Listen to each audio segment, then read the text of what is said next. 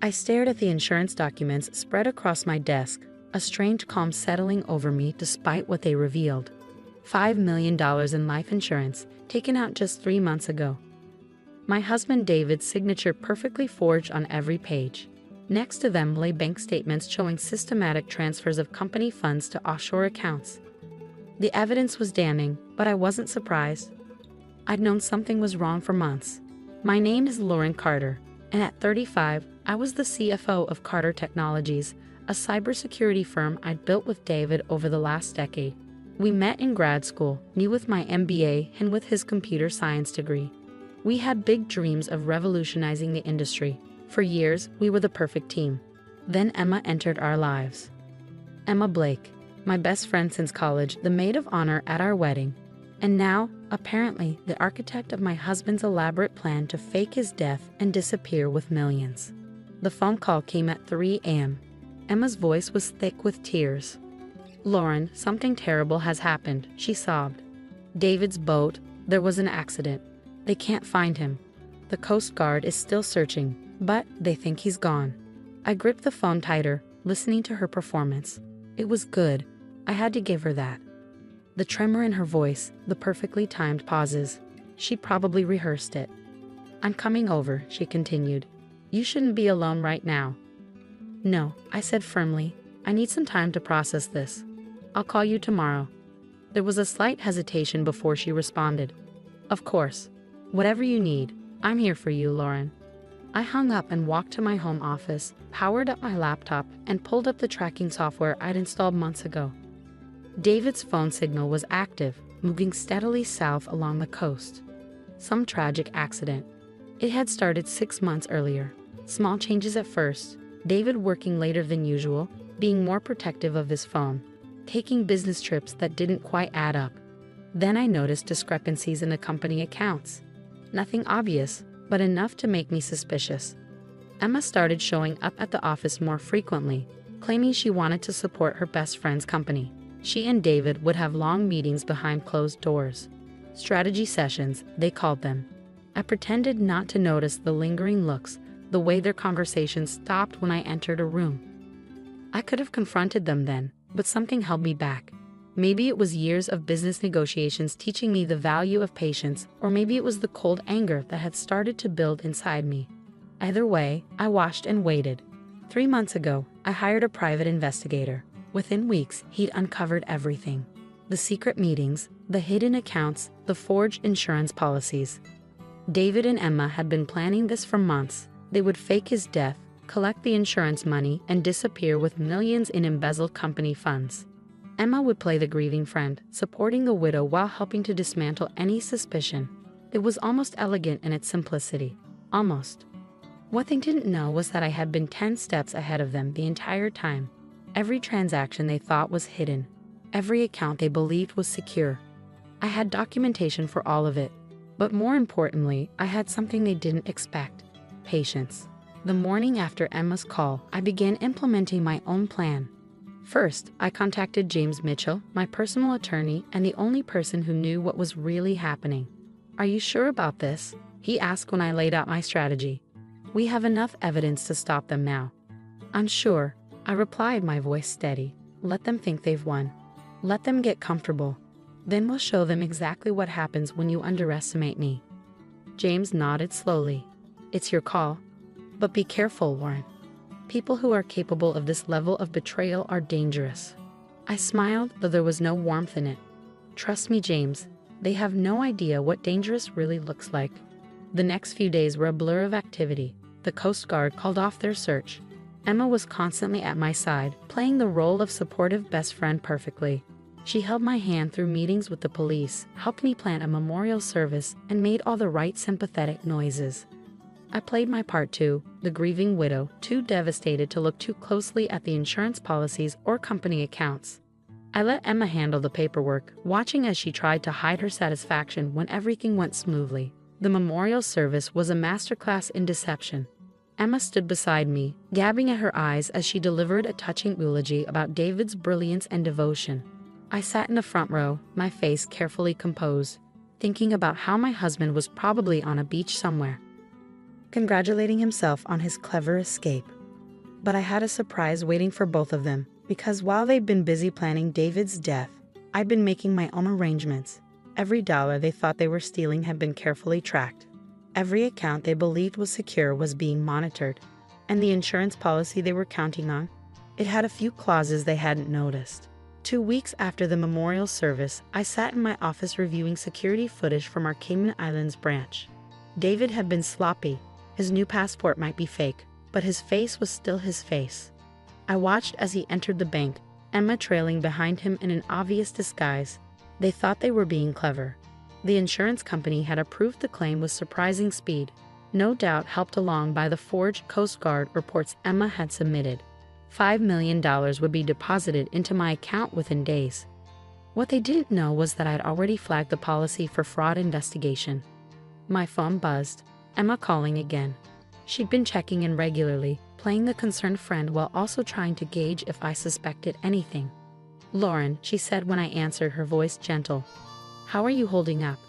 "As well as can be expected," I replied, keeping my voice appropriately subdued. "Actually, I could use your help with something. The insurance money is coming through, and I'm not sure what to do with it all." There was a slight pause. I could almost see her trying to contain her excitement. "Of course, whatever you need. Why don't I come over tomorrow? We can go through everything together." "Perfect," I said. "Oh, and Emma, thank you for everything. I don't know what I'd do without you."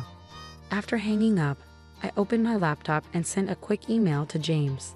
Everything was falling into place. The next morning, Emma arrived bright and early, armed with financial advice and fake sympathy. We sat at my dining room table, papers spread out between us. "I've been thinking," she said carefully, "maybe you should consider investing the money offshore. You know, diversify your assets." I nodded thoughtfully. "That's actually a good idea. I've heard the Cayman Islands are good for that sort of thing." Her hand trembled slightly as she reached for her coffee. "Yes, I've heard that too." "Funny story," I continued casually, "our Cayman Islands branch had some interesting visitors last week. Would you like to see?" Before she could respond, I slid my tablet across the table. The security footage played clearly, David and Emma entering the bank, their pathetic attempts at disguise doing nothing to hide their identities. The color drained from her face. "Lauren, I can explain." "Can you?" I cut her off, my voice ice cold. "Can you explain why my supposedly dead husband is very much alive and accessing company accounts of my best friend? Can you explain the forged insurance documents, the embezzled funds? Please, Emma, I'm curious to hear how you'll spin this." She stood up so quickly her chair toppled backward. "You don't understand. David and I love each other." I finished for her. "How romantic. Planning to fake his death, steal millions, and run away together. Like something out of a movie." "He was unhappy," she said desperately. "We didn't mean to hurt you." I laughed, the sound sharp and humorless. "You didn't mean to hurt me. You've been systematically stealing from the company I built. You helped my husband fake his death. You've been lying to my face for months, but please tell me more about how you didn't mean to hurt me." Emma backed away, her eyes darting toward the door. "What are you going to do?" I stood slowly, smoothing my skirt. "Right now?" "Nothing. You're going to walk out that door and call David. Tell him everything's fine. Tell him I'm still a grieving widow, completely in the dark. And then you're both going to learn exactly what happens when you cross me." "Lauren, please. Get out," I said quietly. "And Emma, enjoy your time with David while you can. It won't last long." She fled, leaving her papers scattered across the table. I sat back down, pulled out my phone, and dialed James. "It's done," I said when he answered. "She'll warn David, and he'll try to move the money. Are we ready?" "Everything's in place," he confirmed. "The moment they try to access those accounts, it'll trigger the investigation. The FBI is already interested. Apparently, David's been involved in more than just embezzlement. They've linked him to a major cybercrime ring." I smiled. Of course he was. David had always been greedy. It was one of the first things that attracted me to him in business school. That same greed would be his downfall. The next few days were a waiting game. I knew they'd try to empty the accounts quickly now that Emma knew I was onto them. So I waited, tracking their increasingly panicked attempts to access the money they thought was safely hidden. 3 days after my confrontation with Emma, everything imploded. The FBI raided their hideout in the Cayman Islands, acting on the evidence I provided through James. The look on David's face in the arrest photos was priceless. Complete shock mixed with dawning realization. He finally understood who he'd been up against. Emma tried to run but didn't make it far. They caught her at the airport, still carrying documents that implicated her in the fraud. But that wasn't even the best part. The cybercrime investigation revealed something neither of them had anticipated. David hadn't just been stealing from our company. He'd been selling classified information to competitors. The FBI had been watching him for months, building a case that would now be strengthened by the evidence of insurance fraud and faked death. I sat in my office, watching the news coverage of their arrests. My phone was buzzing constantly, reporters wanting comments, business associates expressing shock and support. I ignored them all, focusing instead on the email from James. "They're both looking at significant prison time," he wrote. "The FBI is particularly interested in David's cybercrime connections. Emma's trying to cut a deal, offering to testify against him. Thought you'd appreciate the irony." I did appreciate it. Their perfect plan, their dream of running away together with millions, had crumbled. And the best part? I hadn't just caught them, I destroyed them completely. The company stock actually rose when the news broke. My quick action in uncovering the fraud and cooperating with authorities had impressed our investors. Carter Technologies wasn't just surviving, it was thriving. A month after their arrests, I received a letter from David in prison. His handwriting was shaky, his words desperate. "Lauren, please," he wrote. "You have to help me. I know I made a mistake, but everything I did was for us, for the company. Emma meant nothing. It was all part of the plan. You're my wife, we built this together." I shredded the letter without finishing it. The next day, I filed for divorce. Emma tried to contact me too, through her lawyer. She wanted to apologize, to explain herself. I sent back a simple message: "Save it for your sentencing hearing." The trials were quick. With a mountain of evidence against them, both David and Emma took plea deals. David got 15 years for the combined charges of fraud, cybercrime, and conspiracy. Emma got 7 years, her sentence reduced in exchange for her testimony about David's other illegal activities. I attended both sentencing hearings, sitting quietly in the back of the courtroom. Neither of them would look at me. They couldn't bear to see what they'd lost, what they'd thrown away in their greed and betrayal. 1 year later, I stood at the podium of a cybersecurity conference, delivering the keynote speech. Carter Technologies had expanded, our reputation stronger than ever. I was being hailed as a pioneer in the industry, not just for our technological innovations, but for my handling of the crisis. The biggest threat to any organization, I told the packed audience, isn't always external. Sometimes it's the people you trust most who can cause the most damage. But with the right safeguards, the right awareness, you can turn any attack into an opportunity. The applause was thunderous. As I walked off stage, I thought about David and Emma, sitting in their separate prison cells, probably still wondering how their perfect plan had fallen apart. They thought I was an easy target, the trusting wife, the loyal friend.